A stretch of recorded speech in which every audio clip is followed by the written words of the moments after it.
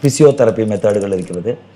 Physiotherapy மெத்தடுகள் பாதி காலத்தில் இருந்தது போல் நார்மல் மிஷினில் போட்டு இழுப்பது ஒரு பக்கம். அது ஒன் டைமென்ஷனல் ட்ராக்ஷன் என்று சொல்வேன். ஒன்றை இப்படி இழுக்கிறோம், நீள வாக்கில் இழுக்கிறோம், அப்பொழுது அந்த சதைகள் ஃப்ரீ ஆகிறது. இப்போ கழுத்து வலி இருக்கிறது, கழுத்தை இப்படி செய்கிறோம், இப்படி செய்கிறோம், ஒரு பிடிப்பு ரிலீஸ் ஆனது போல் தெரிகிறது. பிடித்து விடுகிறோம், சுடுதண்ணி உத்தரம் கொடுக்குறோம், ஆயில்மெண்ட் போடுகிறோம், அப்பொழுது ஓரளவுக்கு நன்றாக இருக்கிற மாதிரி. இதே ஒரு ட்ராக்ஷனில் கண்ட்ரோல் ட்ராக்ஷனில் கொடுக்கும் பொழுதோ இன்டர்மீடியன்ட் ட்ராக்ஷனில் கொடுக்கும் பொழுதோ அந்த சதைகளை கண்ட்ரோல்டாக இழுக்க வேண்டும். கண்ட்ரோல்டாக இருக்கும் பொழுது கண்டிப்பாக அதனுடைய சதைகள் இழுவைத்தன்மையாகி ஸ்ட்ரெயின் ஆகி, ஏன்னா ஒரு வலி இருக்கும்போது இழுத்தால் என்ன ஆகும், கண்ட்ரோல் இல்லாமல் இழுத்தால் வலி அதிகமாகும். கண்ட்ரோலில் இருக்கும் பொழுது பிடிப்புகள் தெரியாகிவிடும்.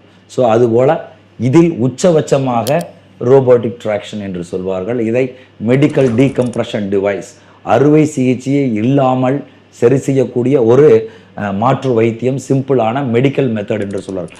அறுவை சிகிச்சை தேவைப்படுவர்களோ இந்த இன்ஜெக்ஷன் போட்டு இந்த ரோபோட்டிக் ட்ராக்ஷனில் ஓரிரு வாரங்கள் செய்தால் கிட்டத்தட்ட 75% குணமாக இருக்கிறது என்பது நோயாளிகளின் கருத்து, மருத்துவ ஆய்வுகளும் சொல்கின்றன.